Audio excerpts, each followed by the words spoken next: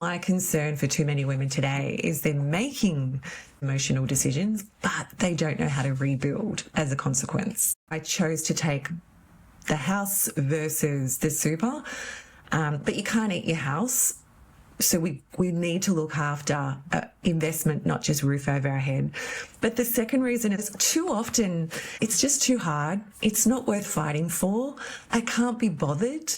So by doing it early when things are well, it just means that you don't have to have that fight later on. And with women ending up with so much less super than the blokes, and women over 55 at risk of being homeless, this is something that's really important to figure out now.